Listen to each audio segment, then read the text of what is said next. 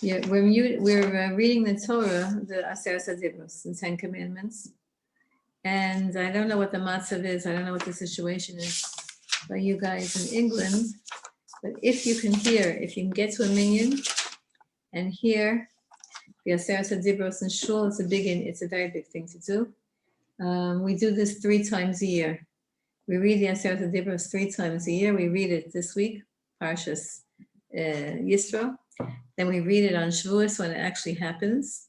And then we read it on Parshas Vayeschanan in the book of Devarim, when Moshe Rabbeinu repeats the entire Torah. So he reiterates the 10 Commandments. And each of the times that we read the Aseret HaDibros, the 10 Commandments in shul, we stand up as a congregation and we picture to ourselves that we are now standing by Har Sinai. We're standing by the mountain of Sinai, and we're all as one unit. We're one unit, and we are accepting the Torah together. We know that all of us need each other, meaning nobody can do all the 613 mitzvot alone. We need Kohanim and Levim and Yisrael. We need rich people and we need the opposite. We need learned people and we need the opposite. We need everybody we need men and women and children. In order to fulfill all the mitzvot of the Torah, we need all of us. And I tell my Israeli shiurim, and I'll share this with you also, that whenever, I've noticed this, that whenever we have a very, very special, like a scholadik time, a very special time when Mashiach could come, when big geulas could come, then Hashem has a whole system. Hashem has a system of justice. And the system of justice will be in operation until Mashiach comes. And this system of justice forces an equal balance in this world, an equal and opposite.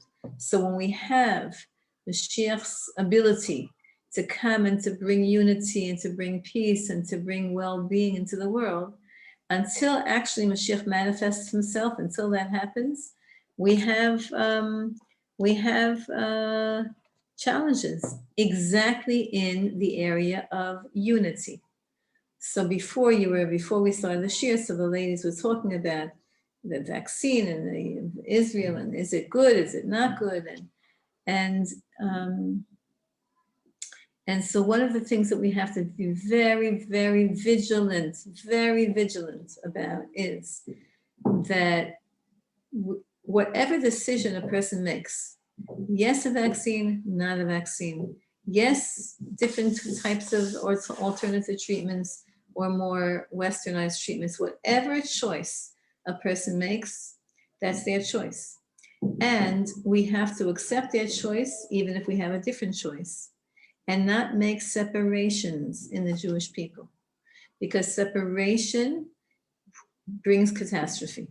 And even though each of us thinks that our way is the right way, we must not cause any arguments, any machlokas, any divisions. That's much more dangerous than anything else in the world, is division within the Jewish people and division within a person's heart vis-a-vis another Jew. The strongest mitzvah you can fulfill right now is v'ahavta l'reacha kamocha. Okay, so now because the 10 Commandments are being given on Shabbos, and because the parsha is always indicative of the energy coming into the world, and because we are all going to re-accept the 10 Commandments this week, this Shabbos, it's actually happening now, because I'll tell you why. It's the 6th Aliyah in the Torah, and today's Thursday, almost Friday. So even though we're going to read it on Shabbos, but the whole week is the energy of the parsha. So because of that, I want to point out to you 2 very interesting things in Tehillim. I'm going to be doing 2 prakim now. And they're parallel to each other. Okay, so we're going to be learning not the whole parak of each, just we're going to be learning 2. We're going to be jumping from 2 prakim. Both of these prakim are called the prakim of Torah learning in Tehillim. You know that Tehillim is divided into many different subdivisions. one book, right? One Sefer Tehillim, but you know that it has 5 Svarim, it has 5 books paralleling the 5 Chamisha Chumshei Torah. When any of you say the Sefer Tehillim together, you know that when you get to the end of Sefer Aleph, it says, you jump to the tefillah in the end, and it says, just like I've said, Parak Al, the first book of Tehillim, which is paralleling the first book of the Chumash, etc., etc. And if you notice, you could actually see, it's so fascinating, you could see the whole book of Tehillim only has 150 prakim, but you could see the proportion of all the prakim vis-a-vis or parallel to the proportion of the size of Chumash Bereishis, Chumash Shmos, etc. You can look at it on your own and you'll see such a thing. So this division of 5 into the 5 books of the Chumash, and then, of course, there's a division into psukim verses and prakim chapters, and then, for the days of the month, the days of the week, there's different subdivisions. The subdivision that King David did himself is chapters, verses, and the 5 books. The 5 books of Tehillim, which David HaMelech divided into, those 5 books are from David HaMelech, that division. And in the first book and the last book, he put in 2 chapters devoted to extolling the virtues of Torah. Okay, and both of these chapters have a similar number to them. So one of them is chapter 19, and the other is chapter 119. So chapter 19 is about the virtues of Torah, and chapter 119 is about the virtues of Torah. And yes, the numbers there are paralleling each other. Even though we learned in the very, very beginning, when we had our introduction to Tehillim, we learned that the Sefer Tehillim as we have now, in the order that we have now, is not the consecutive order that David HaMelech lived it and wrote it. He rearranged the prakim. However, he definitely put a significance to, which is Parak Aleph, there's a reason for each of the prakim being enumerated and numbered the way it is. And one of the parallels that you could see is when you have, let's say, look at, on your own, if you want to do a study. So divide the book of Tehillim into 3 sections, 50, 50, and 50. And then look at chapter, let's say, 19. And then chapter 69, because 69 would be 50 plus 19. And then chapter 119. So here I'm giving you a hint, and I'm doing that work for you by showing you that chapter 19 and chapter 119 are parallel. But you can look at all of the prakim and see that. And by the way, in the parak of your life, of your age, right? So let's say you're age 20. So if you're age 20, you're saying chapter 21. Because if you're age 20, sorry to do this to you ladies, but I'm going to age you in a minute. If you're calling yourself 20 years old, that means that you have finished 20 years of your life. You've completed 20 years of your life, and you are in the 21st year of your life. Just think about when a baby's 1 year old, right? When a baby's 1 year old, what does it mean? It means that the baby has completed the first year of that child, of the baby's life. So when you're 20 years old, when you call yourself 20 years old, you're really 21, or you're in your 21st year of life. So therefore you would read chapter 21. So you might want to look at chapter 21, chapter 71, or chapter 121, and see if you can find parallels in your own life. For sure, you can, if you're 20 years old and you're reading chapter 21, you could find parallels to your life in the chapter that you're reading, for sure. You have to look at it. Rabbi Nachman from Rochel teaches this. He says, find yourself in the Tehillim that you're saying. Okay, so that's your job. And it's, by the way, if you do it for your children, if you do it for your grandchildren, you can get a lot of direction and a lot of insight. So today, let's look at chapter 19. Why chapter 19? Because the Vilna Gaon says that chapter 19 is the Shir Shel Yom for Chag HaShavuot, for the holiday of Shavuos, the receiving of the Torah. So, we have a Shir Shel Yom, we have a daily song of Tehillim that the Kohanim would sing, that the Levi would sing in the Beis HaMikdash every day, right? Today's Yom Chamishi, today's Thursday. So look on the, it says in the end of Shacharis. At the end, if you get to the end of Shacharis, you'll see every single day the Leviim sang a song. It happens to be that the songs that they sing, except for except for 3 and 4 days of the week they sang difficult songs. 3 days of the week they sang easier songs. You can look at it and you'll see what I'm talking about. But then the Vilna Gaon has a whole list of, for every holiday, what's the Shir Shel Yom, the special holiday, the special Tehillim that you say, or that references that holiday. And he says that chapter 19 is the chapter for Shavuos. That's what we're going to study. We're going to look at it first. And we're going to look at the first 7 psukim. I'm just going to tell you what they mean, because we have to accomplish a lot today. The first 7 psukim of this parak of Tehillim have nothing to do with Torah, overtly. Of course, everything has everything to do with Torah. But the first 7 psukim say, the heavens talk about the greatness of God and all the actions of Hashem. The higher heavens refer to the day expresses God's greatness, the night expresses God's greatness, the sun expresses God's greatness, the whole heavens, the whole cycle of the sun expresses Hashem's greatness. And again, on that one thought, we could talk for days, months, years about how genius is Hashem and how we know that if the planet Earth were 1 inch closer to the sun, we would burn up. And if planet Earth were 1 inch further away from the sun, we would freeze. And if the sun would tilt in one direction, we would have floods here, etc., etc. This is all from science. Science is also a portion of God, meaning God created the world. Everything is from Hashem. So that's the first part of the Torah, of the parak. But now, out of nowhere, that's all, first 7 psukim talking about God's greatness in nature. Now comes Pasuk Ches, the 8th Pasuk. Torah Hashem Tamima, the Torah of God is perfect. Meshivas Nafesh, it restores your soul. It gives you life. Eidos Hashem Ne'emana, the testimonies of God are faithful. And Machkimas Pesi, and they make you wise, even if you're not necessarily wise. They make you wise. So what is that? What is that? It's like a 180-degree turn. Not only that, but you should know that we learned this already a few times. That parak in Tehillim, parak Aleph and parak Bet, chapter 1 and chapter 2 are really one chapter. The Gemara says it's really one chapter, but for a certain reason, it was divided into 2 sections. Here, you have one chapter that should be divided into 2 sections in terms of topic, but it's not. It's included in one chapter. So the Malbim teaches that it's all the same. The Malbim says you can see Hashem's greatness if you learn science. And you can see Hashem's greatness, lahavdil, to make a separation in a higher level. You see Hashem's greatness when you learn Torah. And which is the preferred method of seeing Hashem's greatness?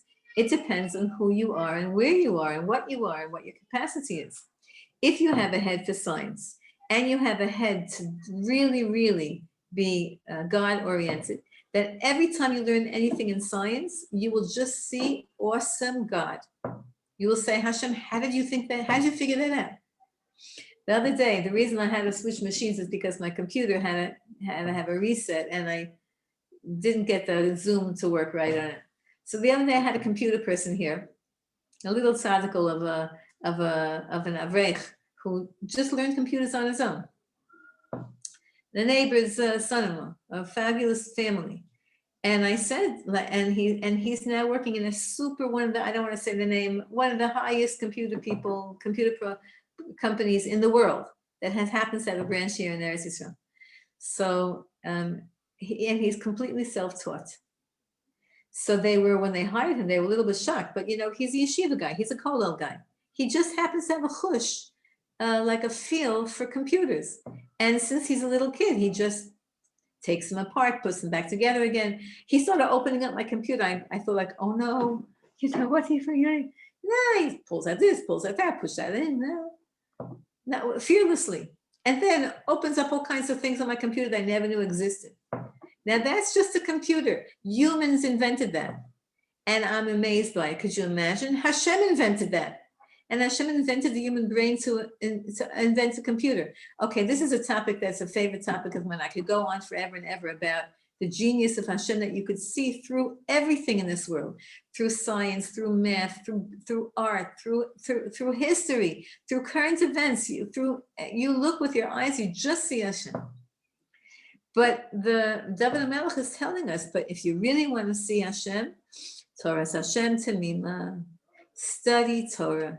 Edus Hashem Ne'emana, study the Edus. The Edus means the mitzvot that we do that testify to things. Like, for example, Shabbos. That's the one that we all do. Every single week, we testify that Hashem is the creator of the world. Why do we keep Shabbos? Okay, you say, because the Torah says. But what does the Torah say about keeping Shabbos? Ki sheishes yamim, right? It says Hashem created the world in 6 days. We say it in Kiddush. And by Yom HaShvi, on the 7th day, Yishavas v'yinafash, he stopped. So we're testifying when we keep Shabbos that there's a creator, that Hashem created the world, that he didn't abandon the world, that he's in the world, that he is directing the world. That's called an edus, an aid. We're witnesses. Okay, and so study those things. Pikudei Hashem Yesharim, the pikudim of Hashem. What are the pikudim of Hashem? So in the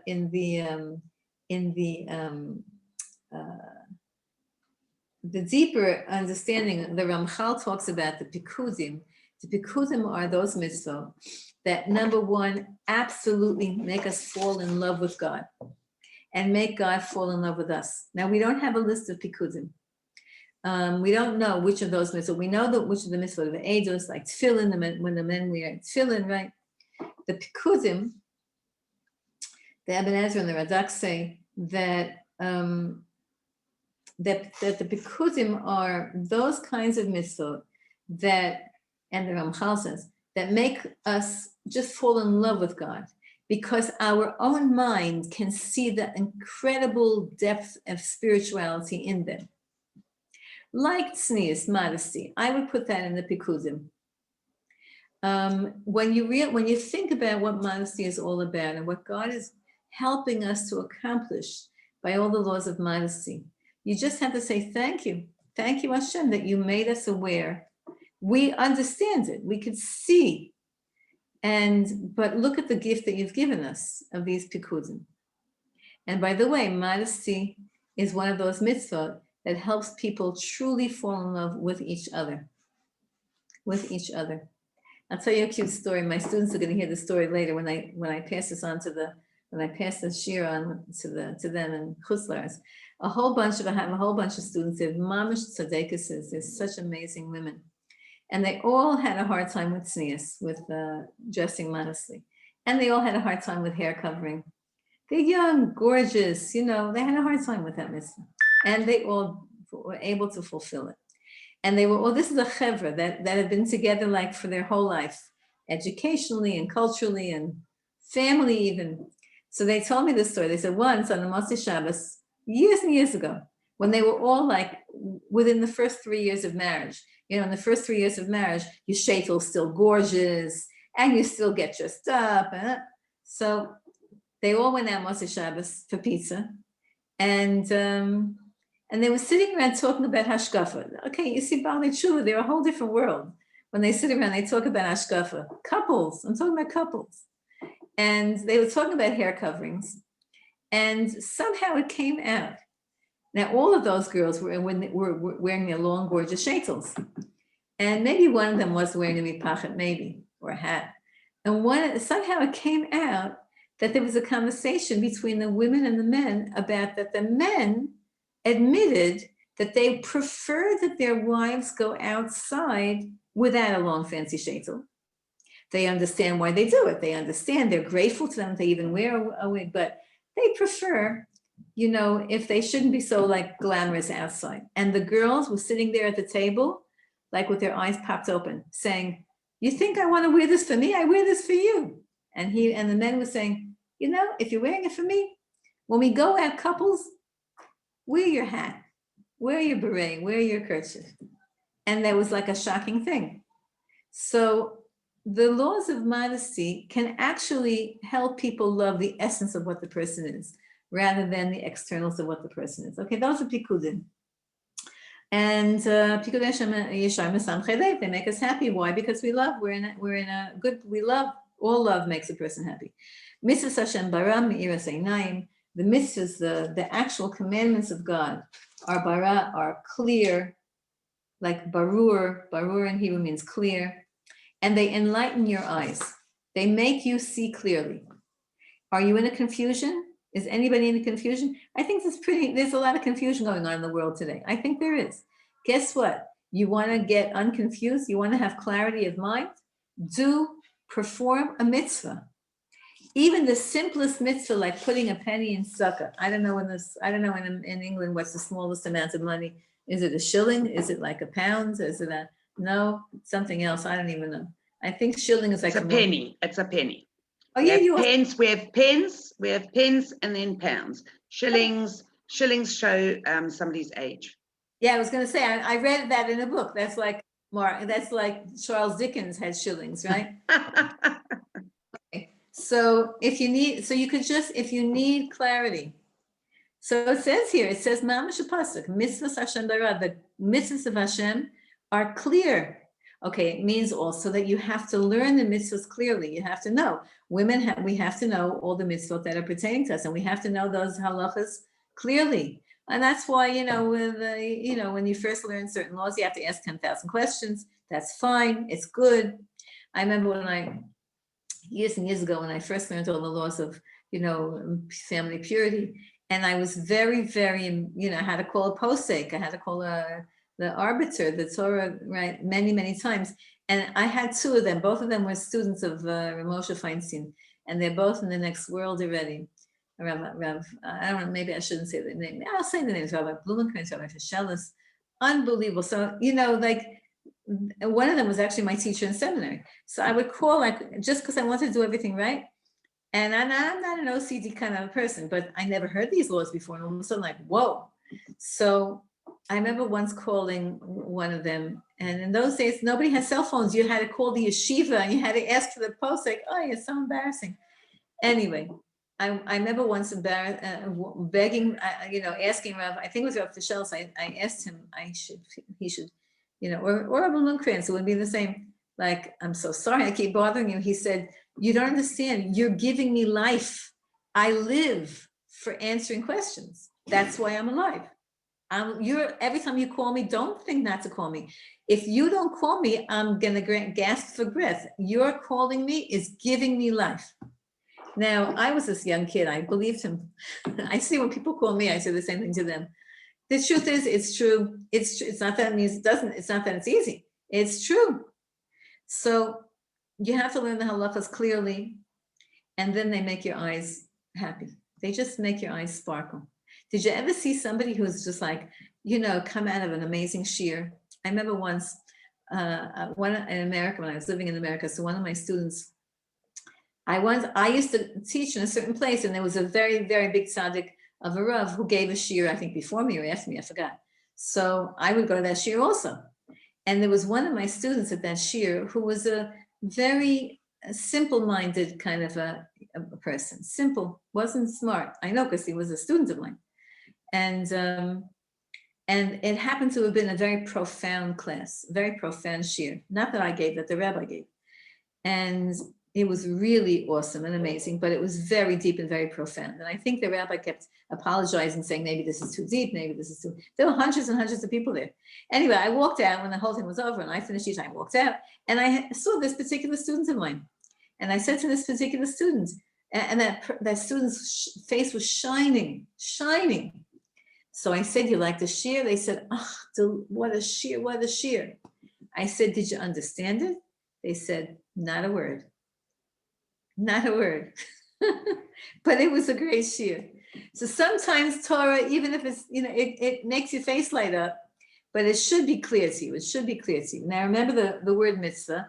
The word mitzvah, or how you say it, mitzvah, if you have the Sephardic ones there, is really, it doesn't just mean a commandment, actually.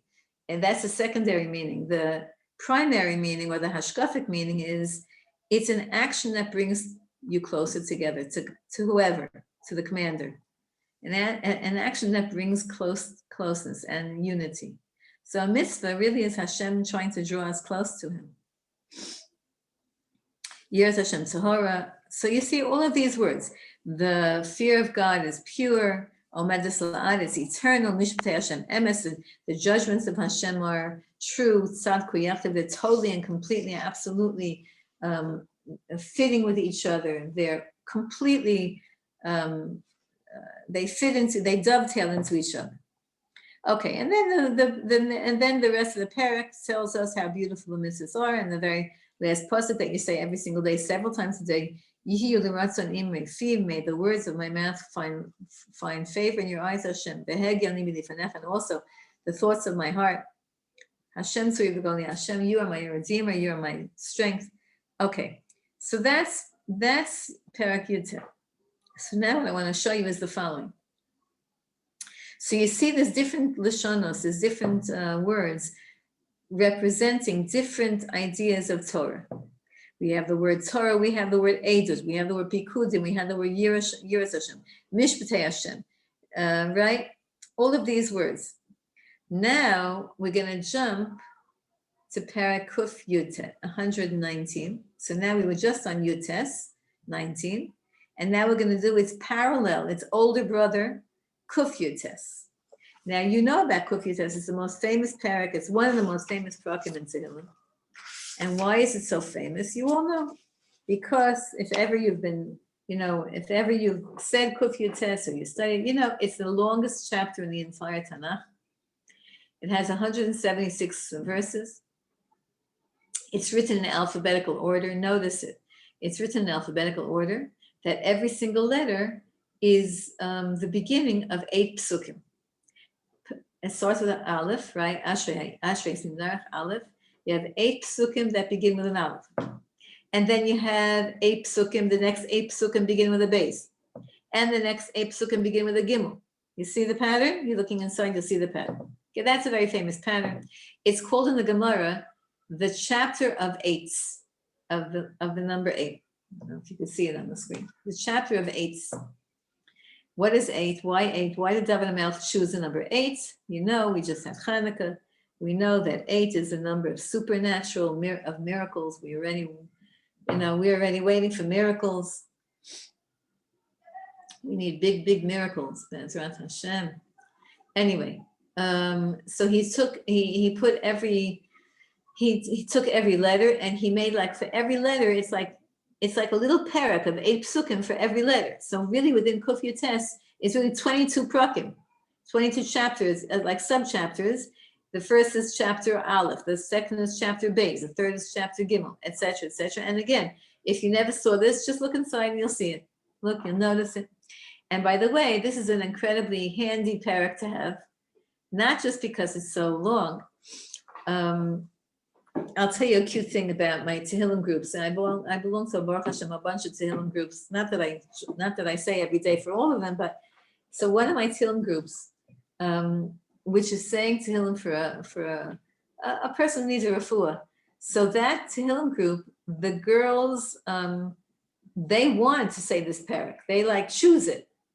I'm on another Tehillim group where they split it up. It's too long for me to say, it's too long for people to say it. I'll do the first 3, Aleph until Gimel, Beis, whatever. It's just interesting. 2 Tehillim groups of similar kinds of people, but one of them, they recognize the value of Kuf Yud and they opt for it. They, hold out for it. They fight over it. And the other one, they divide up because it's very long. It's hard to say. But you should know that if you say, there's this teaching that says that if you say the whole Kuf Yud, it's as if you said the whole Sefer Tehillim. So when you need a really quickie saying a whole book of Tehillim and you can't manage you don't have the 2.5 hours to set aside, then say Kuf Yud. It's like you said the whole parak of Tehillim. If you want to say something for a specific person, so you could spell out their name in this parak. I think we might have learned this a long time ago, yeah. So that you could spell out their name. Let's say the person's name is Chana Bat Sarah. That's a good short name. So you first so you could say it out of order. You say all the cheses. You say the ches letter chet. Then you say the letter nun. Then you say the letter hey for Chana. You spell out Chana. Then you spell out Bat Beis Tav in the prakim, in the psukim, and then you spell out her last name. Some people omit the bat, but you're really probably supposed to put it in. If you're saying for somebody who passed away, Then you say their father's name generally. You say Chana bat, let's say Moshe, and then, or Chana bat Avraham, and then you say the letters Nishama, Nun Shin, Mem He. So it's a very handy, convenient parak. But that's not its claim to fame. The claim to fame of this parak of Tehillim is that every single pasuk has a different word referencing Torah or mitzvot or learning Torah or thinking about Torah. And we're going to see all the different words in a second.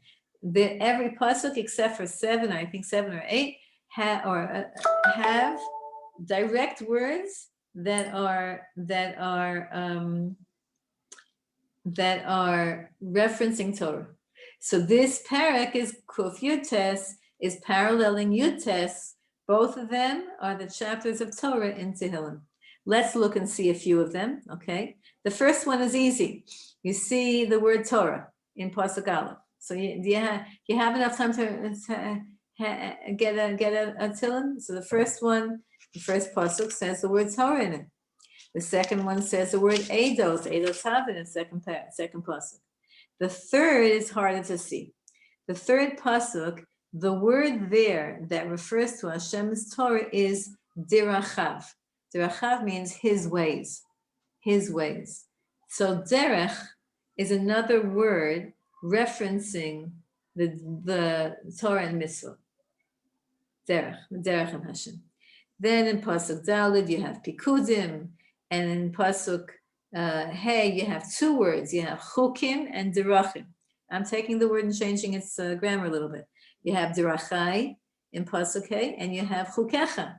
Both of those words are referencing Torah and Mitzvah. Okay, you got the idea?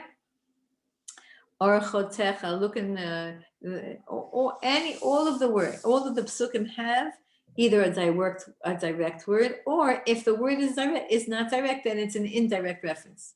So what do you use this for? What do you use this idea for? First of all, we're learning it now, and we're going to learn certain psukim from the parak. We're learning it now because this is the week of Torah. This is the week of the receiving of the Torah and the parsha. That means that that event is coming to our life. Also, years and years ago,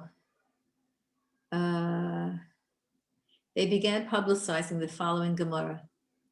The Gemara says, what can a person do to save themselves and their families from the difficulties, from the pre-Mashiach difficulties? I don't know if you know this, but we are now currently in pre-Mashiach challenge. Everyone agrees. Everyone says this. It's just a matter of how long this is going to last. We are in the era of Mamish, the birth of Mashiach. Meaning, I don't mean he's being born physically. He's here. He's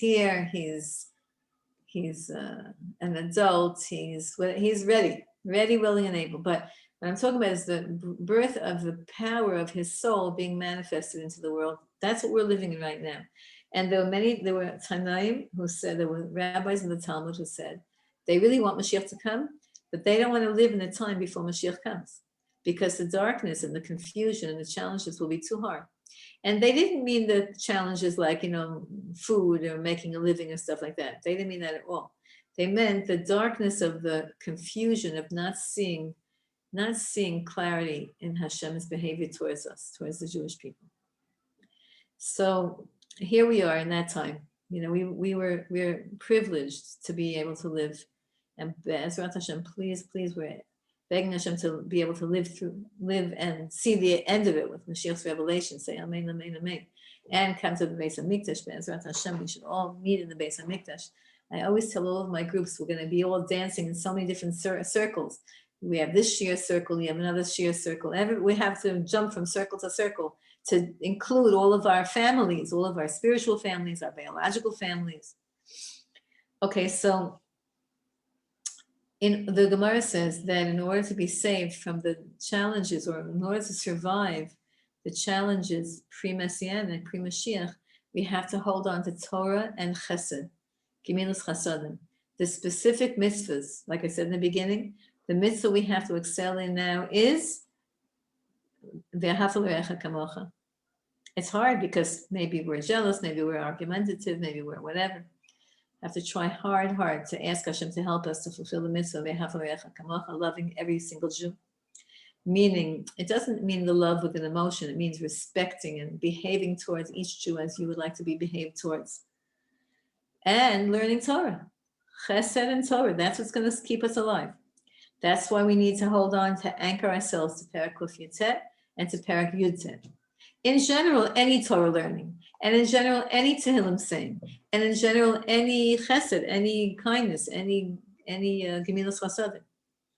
But especially this week, especially this week. Okay, so let's do a few psukim in Kuf Yutet.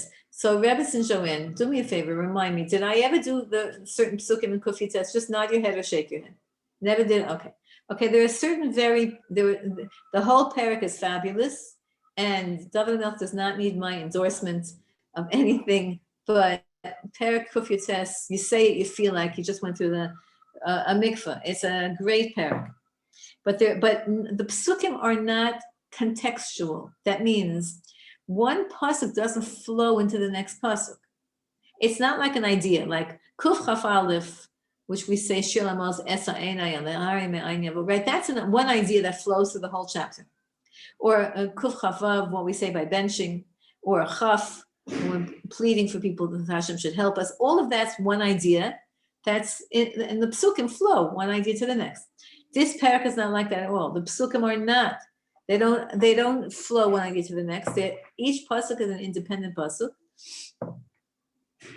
That's why I'm going to pick out certain psukim that are famous and just show you certain things about them. So for those of you who have a parak, who have a Sefer Tehillim, so a pasuk Yud Beis in Kuf Yutet in 119 verse 12.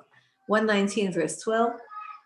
This pasuk, this verse, you have to learn by heart. Well, I have to learn it by heart. I'm sure that you're more careful than me.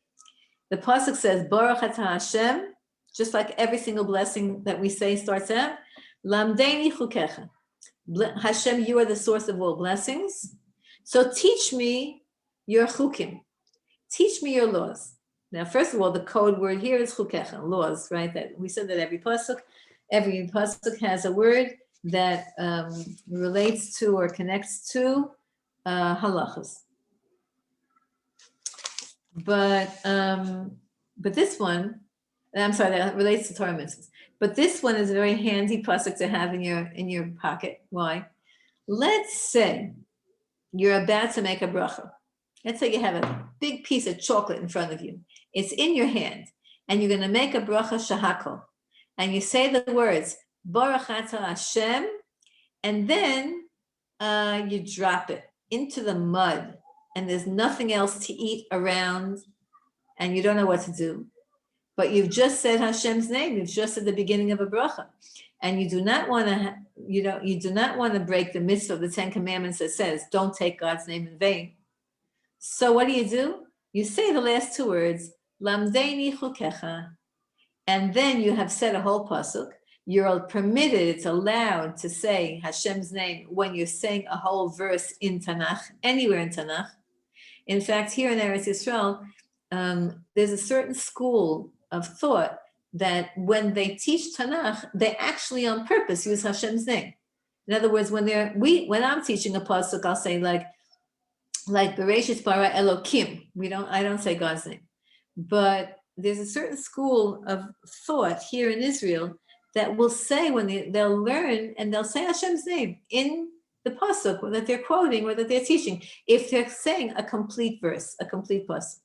So here you have this pasuk, Baruch atah Hashem, you already know by heart. You just have to learn two words by heart. Lamdeini, teach me, chukecha, your laws. And then if you ever mess up, you could say this pasuk. Good? Okay. Another famous pasuk in the Gimel section. A famous pasuk in the Gimel section. Perek pasuk Yudchet 18. Famous pasuk. This one you might not know by heart, but it's a very famous pasuk. And it's also very handy to have at your fingertips whenever you need to understand something. Gal einai, open up my eyes. Ve'abita, so that I could see niflaot mitoratzecha, the wonders of your Torah. We're asking Hashem to open up our eyes to see the niflot. A pella means like the miraculousness of the Torah. There, by the way, you have the word Torah there, right? And tell me, sometimes you could say this for one of your kids. By the way, you could say the whole parak for anybody if you see, but especially for, let's say you have one of the kids and they don't have a good teacher this year in whatever, one of their Chumash classes or one of their, their Limudei Kodesh classes. Let's just say it happens that they don't have it, that they have a teacher, that teacher and them don't shtim. They don't, it's not just like, it's not a good shidduch. So it could be a great teacher, great kid. They just have a different way of thinking and teaching and learning. Anyway, you want your kid, you want your child to love the Torah, despite the difficulties of the teacher that might not be so easy for that child. Here's the pasuk that you say, and you say it exactly as it's written, Gal einai, even though it says open my eyes, but you're saying it for your child. You say the words of the pasuk, but you're saying it for them. Open their eyes that they should see the wonders of the Torah, despite all of the challenges that that particular child or husband or brother or whatever has. So you say it for yourself, you say it for somebody else. I daven all the time for my grandchildren. They should have inspiring teachers, inspiring rebbes. I all the time daven for them. So here's a pasuk that helps us. It's a pasuk that takes that concept and it takes your prayer that you just made up anyway and it puts it into a pasuk. One of my precious, precious beloved friends who's in the next world, the Rebbetzen.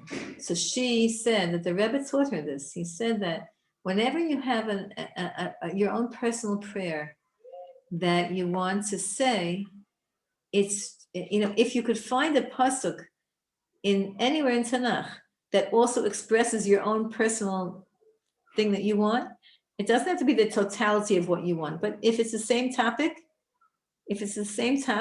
of an idea that you want, and it's a pasuk in Tanakh, write it down and say it. In addition to your own talking to Hashem in your own language, and it's sort of like a booster rocket for the rocket ship. It boosts its tefillah. Whenever you come across a pasuk that you like, write it down someplace. Whenever you find it's relevant, write it down someplace. We used to write down with pen and paper. Now people write down in their stuff, their machines, their devices, their phones, whatever works for you. Whatever works for you.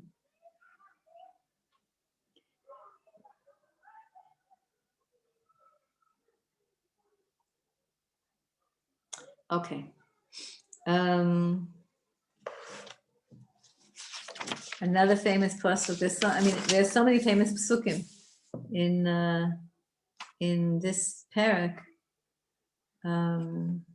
Let's look at the chesed. This is a famous pasuk. A very cute story that goes along with it. Parak pasuk Nun Tes 59, chapter 119, Tehillim, verse 59, 59 Nun Tes in the ches, section of ches. This is, I'm sure you know the story. David HaMelech said, "Chishafti derachai va'ashiva raglai alei dosecha." David HaMelech says, I planned out my day. Chishafti derachai means I made a cheshbon, I made a calculation of my derech, of what I'm supposed to do today, the path I'm supposed to go on today. And what ended up happening? I had a whole long list. It's Erev Shabbos by us, right? A whole long list. Yeah, I have a whole long list. I'm sure you also do. So, but what ended up happening to David HaMelech? He also had a whole long list. And his long list, he was a king. Okay, so he didn't have to make chicken soup. And he didn't have to, all that stuff. But he had other things to do. He had to meet this king, and he had to meet that king, and he had to arbitrate this court case, and he had to learn Torah, and he had to daven, and he had to, say hi to all of his wives and children. He had a whole long list of things to do. And what ended up happening? But my feet took me into the base medrash. That's what it says. Medrash tells us. I was on my way from my house, from my room, straight into the court, into the throne room, and I took a detour to the base medrash. And the next thing I knew, it was like supper. It was like that night.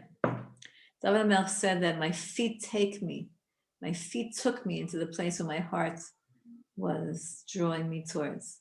And although he had to be responsible and actually fulfill his commitments, but he ended up being drawn towards the base medrash. I'm sure, it says about David HaMelech that he never had to wash Negel Master because he used to sleep 20 minutes at a time. He used to sleep like a horse. He would doze for 20 minutes. I wouldn't mind, okay, well, whatever. Everybody gets the gifts that they get. But we know that the less you sleep, the more, and if you can manage on less amount of sleep, then you can accomplish a little bit more. When you feel like you have to take a nap, it's a good thing to take a nap during the day. It somehow extends your day. Even a half an hour can push off bedtime for a long time. So David HaMelech was able to accomplish what he needed to accomplish, but he's showing us that I had a whole cheshbon, and it turns out that I ended up learning, which is not a bad thing at all. In that same section of the Chesed, Samach Beis 62, another famous medrash, Chatzos Laila Akum Lahodos Lach Al Mishpatei Tzidkecha. And I'm hoping that you're noticing that every one of these psukim also has a reference to Torah and mitzvot, but it's not telling us. The parak doesn't tell us keep Torah, keep mitzvot. It's not like that. It's not a direct like that. It's within the message of King David that our David HaMelech, that our David Malka Mashiach is telling us. Within that message, he's reminding us of all of these code words of Torah mitzvahs, etc. So look at this one. This one I'm sure you know also. Chatzos Laila, in the middle of the night, at midnight, Akum, I get up, Lahodos Lach, to say thank you to you, Hashem. Al Mishpatei Tzidkecha, for your righteous judgments. So we know the Medrash tells us, I'm sure you know it. I can actually show you my picture. Let's see if you can see it. Let's see if I can show you my picture of, let's see. It's going to mess up my whole camera thing. There is it. Oh, it's in the back of my head. No, wrong picture. This picture. Can you see? Oh, there's the picture. So if you make your screens big, you see. This is a picture that was presented to me by a big bunch of my students that are now, each one of them is Rebbetzens. I can't get even closer. And it's a picture of this medrash, David HaMelech's harp, and the window's open. Can you see it? Anyway, whatever. It's this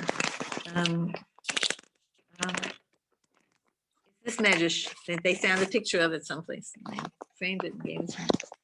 A bunch of Tehillim students, big tzidkaniyot now, just like all of you. Anyway, it says that David HaMelech would try, he needed to set an alarm clock, and he did not have an electric alarm clock. He didn't have Waze. No, that's the wrong thing. He didn't have Siri, and I forgot all the names of all the different machines that talk to you. Alexa, and all those stuff. He didn't have any of that. So what did he do? He put his harp in the window, and Hashem made just at midnight, Hashem made a wind, and the strings of his harp were very, very sensitive, and they would vibrate, and he would hear that, and that was his alarm clock, and he would get up, and he would say, thank you, Hashem, for waking me up, and he would learn Torah all night. And the Gemara says that when the people of Jerusalem saw that the light in the king's bedroom turned on, I guess they knew that was where he was, they would all say, the king is so busy, and he gets up in the middle of the night to learn Torah, so should we. That's his pasuk. Chatzos Laila, in the middle of the night. Akum, I get up, lahodos lach, to say thank you to you, Hashem. Now, you might, for those of you who know a little bit of grammar, you might be asking a big question here, because, and I want to point this out to you, is that you should look in your siddur, and you'll see it happens a few times in your siddur during Shachris and Shemona Esrei. Chatzos Laila, middle of the night, that's grammatically fine. Aklum, I get up, that's fine. Lehodos, to say thank you. Lach. Lach is the feminine of to you. Normally, when we talk about Hashem, we talk about lecha. Lecha Hashem hagzula, right? Lecha. Here is lach. What does that mean? Is Hashem's masculine or feminine? And you'll see, right? Of course, Hashem is neither. Hashem created, right? There's when we're talking to Hashem. I was going to tell you the answer, but maybe I'll give you homework and ask you to look, be careful and look carefully in your siddur when you daven.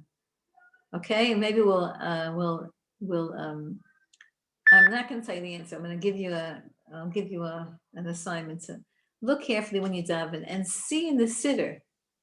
Okay, you have to really daven from beginning to the end, but certainly until the end of Shemona Esrei. See if you see that the gender, so to speak, changing from masculine to feminine when referring to Hashem. What does that mean? Okay, so it's certainly something deeper than I could understand and we could learn. It's very, very deep. But there's a few things that we can understand. First of all, we know that when Hashem has two famous names, Yud Kei Vav Kei, which we do not pronounce, and Elokim. And we know that Yud Kei Vav Kei references or refers to Hashem when he's acting towards us with compassion and with love. And Elokim references or refers to when Hashem is acting towards us with judgment, with justice, with strictness. So you might say that the masculine aspect is when Hashem is showing his power, and the feminine aspect is when Hashem is showing us his love. You could say that. You could also say that the feminine aspect is referring to something called the Shechina. I'm sure you've heard that word, the Shechina. The Shechina means Hashem's presence in this world. Hashem in his essence is unimaginable, undefinable, etc. But Hashem allows us to talk to him, to think about him, to imitate him. And sometimes we feel Hashem's presence in our life, and we call that the Shechina. That's an easy way of describing Shechina. So here, when David HaMelech is referring to Lach, feminine, he could be referring to the presence of Hashem in our life. In other words, our personal private relationship with God, as opposed to the Almighty. When we talk about Hashem as the Almighty, the Creator, the Master, those are all more masculine forms of our understanding Hashem. Now remember, this is all from our understanding of Hashem and our relating to Hashem. This is not Hashem at all in his essence. Hashem in his essence is unimaginable for us at this point. But we relate to Hashem. Don't you talk to Hashem? Don't you cry to him? Don't you dance with him? Don't you laugh with him? Don't you sing to him? Of course, that is a very personal relationship. We don't do that with you don't do that with the CEO of your company or a king or you do that with someone that you feel that's powerful, but that's close to you. And that's why it's like Avinu Malkeinu. It should be Imenu Malkeinu. And this, according to this understanding. But it's not, it's Avinu Malkeinu. But it's the same idea that when we're referring to Hashem in that way, it refers to the ability for a human being for us to relate to Hashem and feel close to him. I have one of my grandsons, a sweetheart. When he was little, he used to, whenever we would talk about Hashem, he would always call Hashem her. I would say, Hashem loves you. He says, she does?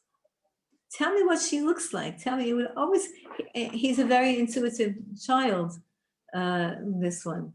And by nature, no one told him that. In fact, his siblings would make fun of him. Don't say Hashem is she, say Hashem is he. But he said, no, Hashem is she. He understood that. I have to remind him about that when I speak to him later. Now he's almost coming by mitzvah. My sweethearts, have a great Shabbat.